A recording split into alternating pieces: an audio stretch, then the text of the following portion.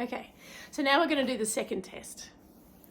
We're going to do abdominal crunch testing, or crunches. So we're testing our core strength and muscle endurance.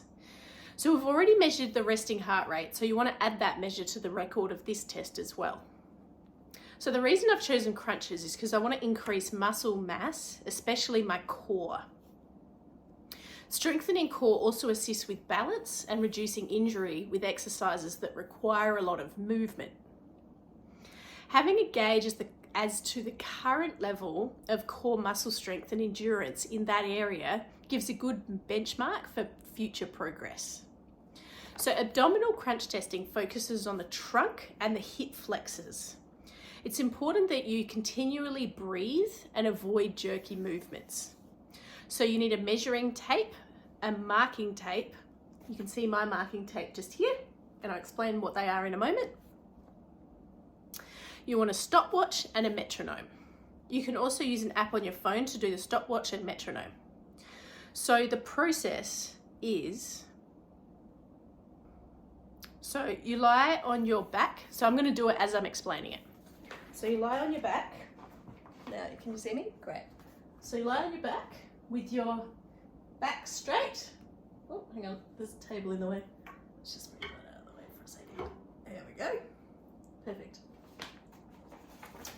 All right, so you lie on your back with your head comfortably on the ground or on a mat. So you bend your knees to 90 degrees. You extend your arms, resting comfortably at your sides. You'll see that there's some tape that measures right at the edge of my fingertips. So that's when I'm relaxed, that's where they end up. So you also want to have a second tape. So my second one's here. You can see the second one there. Yep. So you get the length of how far that distance needs to be based on your age and based on your gender. So I'll put the length in the comments of the video. So I'm putting mine at 12 centimeters, and that's based on my age and my gender. So we put the metronome to 40 beats per minute. So you can hear that in the background. Tick, yep, there we go. So you do 20 crunches each per minute.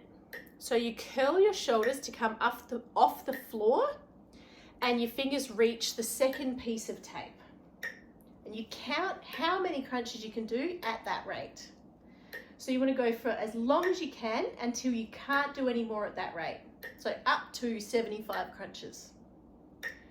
So then we can compare our measurements to the standard. All right, you ready? Let's do it.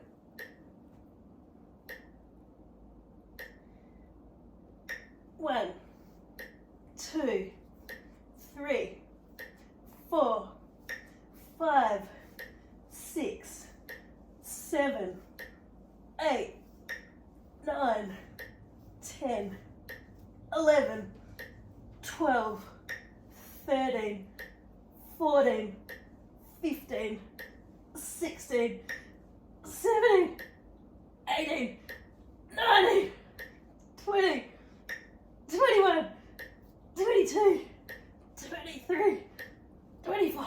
No, I'm not making it anymore. I got to 24. I was really pushing there right towards the end. Okay, so we'll stop this. So record how many you could do. Again, it's not about being perfect. It's just about having a base rate so that you can compare later on and see if you can improve. So 24. Now, let's see what the index says that mine should be. All right, so for my age, 6 is poor, 15 is fair, 25 is good, and 40 is excellent. So I got 24, so I got just under good. So I didn't make good, I got fair. So it could definitely still improve. Now you get the ratings of your age and gender in the comments of the video. So we record them so we can take the measurements again, as I said, in a few weeks or months, and you can then measure towards progressing towards your goals. So some exercises you can do to improve this measure is core strengthening muscle training at the gym, or exercises like yoga, Pilates, or even martial arts. They can assist with strengthening your core. Great. So that's our second step, crunches. So now we're going to go to the third one.